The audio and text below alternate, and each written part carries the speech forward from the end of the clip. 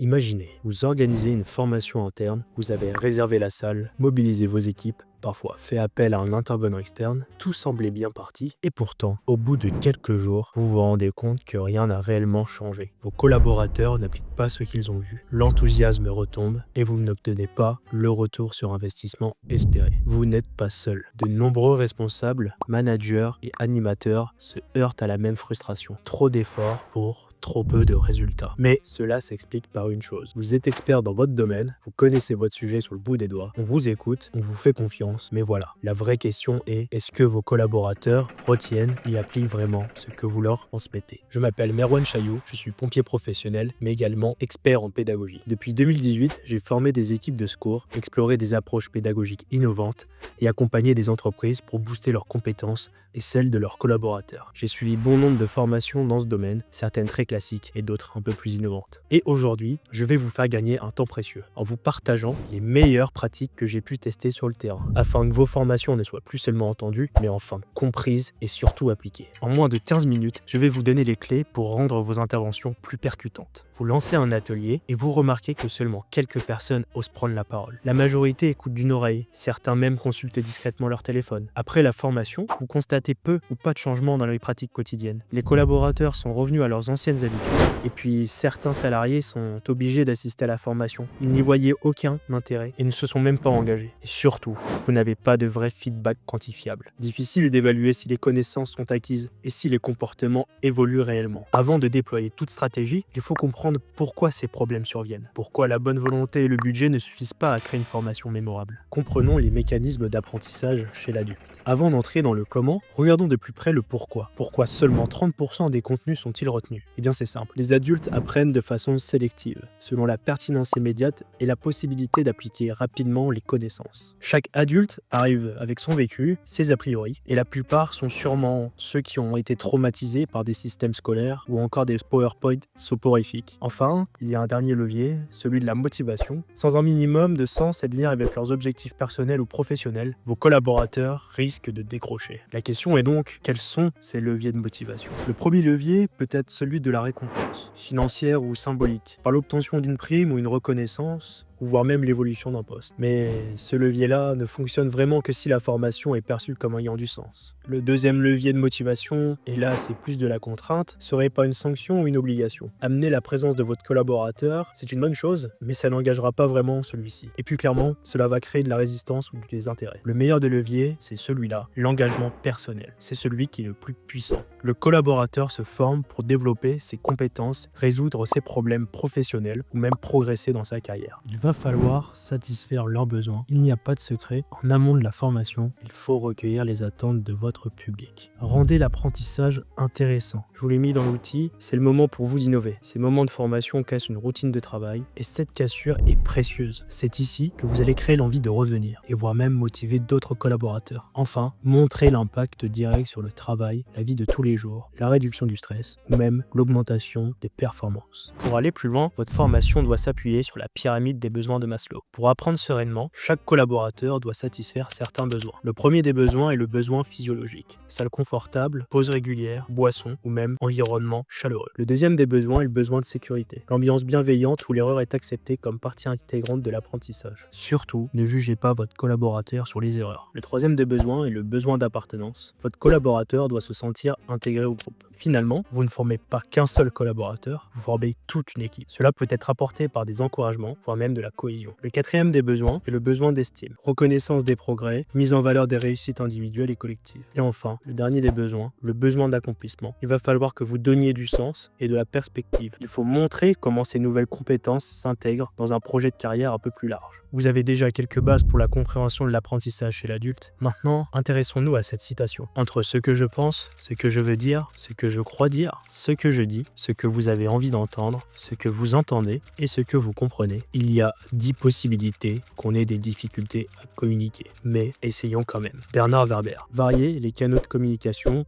pour mieux ancrer les savoirs. Chaque individu est unique et dans cette unicité, sa manière de mémoriser est différente d'un autre. Les psychologues évoquent souvent des styles d'apprentissage différents, soit visuels, soit auditifs, soit kinesthésiques. Vos instructions seront toujours auditives. Ajoutez donc d'autres canaux pour renforcer votre message. Au-delà de donner des instructions audio, ajoutez des supports graphiques, des schémas, des vidéos et des slides attractives. Si vous voulez ajouter des éléments kinesthésiques, n'hésitez pas à ajouter des exercices pratiques, de la manipulation ou encore même des mises en situation. Avec tous ces points, on pourrait se dire que l'apprentissage, c'est facile. Mais il est important de s'intéresser à l'ancrage long terme. Intéressons-nous maintenant au cycle du savoir. Le cycle des 4 étapes de la compétence décrit la progression d'un individu dans l'acquisition de nouvelles habiletés. L'étape numéro 1, celle qui commence, c'est l'incompétent inconscient. À ce stade, la personne ignore qu'elle ne possède pas la compétence visée. Elle n'a même pas conscience de ses lacunes et par conséquent, elle ne ressent ni urgence ni motivation à s'améliorer. Il va donc falloir que vous mettiez en place une activité qui permette de se faire remettre en question afin de passer à l'étape numéro 2, l'incompétent conscient. Lorsqu'elle découvre ses insuffisances, la personne prend conscience de ce qu'elle doit apprendre. C'est une étape clé, inconfortable mais cruciale, car la motivation à progresser peut alors émerger. À l'issue de cette étape 2, vous allez donc pouvoir délivrer tout votre savoir. Et c'est maintenant que nous rentrons dans l'étape numéro 3, l'étape de compétent conscient. L'individu a acquis la compétence, mais il a encore besoin d'y réfléchir pour bien l'exécuter. Il agit efficacement, mais cela requiert concentration et effort. C'est la phase où l'on se concentre pour éviter les erreurs et bien appliquer la méthode. Et puis, au fur et à mesure du temps, cette étape va disparaître et laisser place à l'étape compétent inconscient. Et à force de pratique, la compétence devient automatique. La personne l'exécute sans y penser, comme faire du vélo ou conduire une voiture après des années de conduite. Cette automatisation libère de l'énergie mentale pour d'autres tâches ou apprentissages. Et là, s'installe une routine pour retomber dans l'étape numéro 1, incompétence, inconscience. Tout au long de ce cycle, votre rôle en tant que formateur est d'aider l'apprenant à identifier ses lacunes, à développer progressivement sa compétence via des exercices adaptés et surtout des feedbacks réguliers. À la fin, il va falloir intégrer ses compétences au point de pouvoir l'appliquer sans effort conscient. C'est la partie un peu plus complexe. Si on s'intéresse à la courbe de l'oubli, on se rend compte que très rapidement, toutes les données qui ont été transmises s'oublient en moins d'une semaine. Alors, comment va-t-on faire pour pouvoir avoir un impact long terme? Avec les différents principes qu'on vient d'évoquer, on voit bien que la clarté et la simplification du message sont essentielles pour assurer un réel transfert de connaissances. Or, à notre ère, celle des réseaux sociaux, nous subissons tous un bombardement d'informations. Nos capacités déjà mises à rude épreuve se retrouvent encore plus fragmentées. C'est là qu'intervient ma technique du less is more. À cause des réseaux sociaux, on estime aujourd'hui que le temps d'attention chez l'adulte est réduit à 8 secondes. Vos informations se retrouvent noyées, parfois par votre propre communication interne. Et votre bouée de sauvetage, c'est de réduire la quantité d'informations en vous concentrant uniquement sur quelques messages forts à prioriser en amont. Pour rejoindre ce que je disais en début de vidéo, afin de susciter l'envie chez vos collaborateurs, il va falloir innover. Voici quelques astuces à mettre en place. Faites passer vos messages forts en utilisant la technique de la gamification. Ou encore mieux, inspirez-vous de ce que font les réseaux sociaux. Peut-être avec du micro-learning. Renforcez votre message fort via des outils pédagogiques et des supports pédagogiques. Pour vous aider, on peut se servir de ce schéma. On voit que nos séquences de formation sont découpées en 3 phases. La première, l'activité de découverte,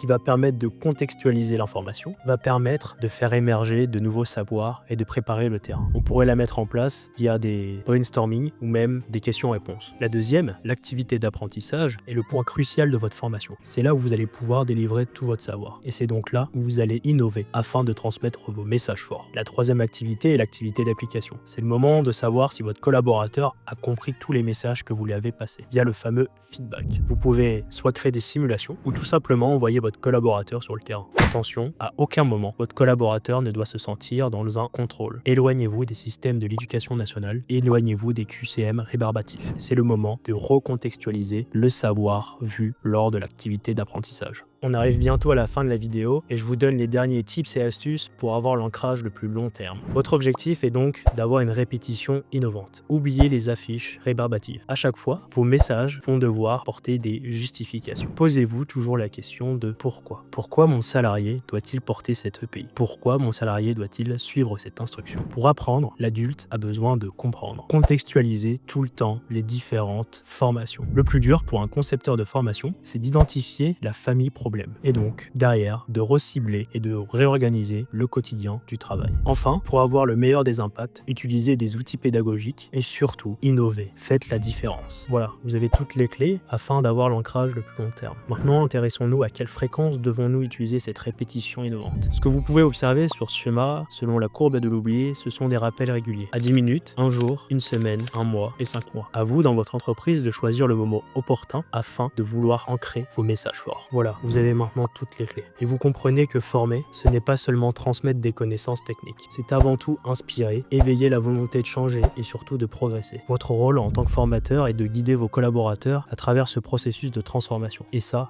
fait toute la différence. Si vous avez l'ambition de développer des formations internes réellement percutantes, je vous invite à me contacter directement sur LinkedIn. En envoyant un petit message, je vous enverrai tout de suite une trame à suivre, étape par étape, pour que vous puissiez non seulement concevoir vous-même vos formations, mais aussi leur donner un impact immédiat et durable. Enfin, ce n'est pas tout. Je vous offre un entretien stratégique de 30 minutes pour prendre le temps d'analyser vos formations actuelles, recueillir vos besoins spécifiques et vous donner des conseils personnalisés pour améliorer vos méthodes et surtout booster l'efficacité de vos formations internes.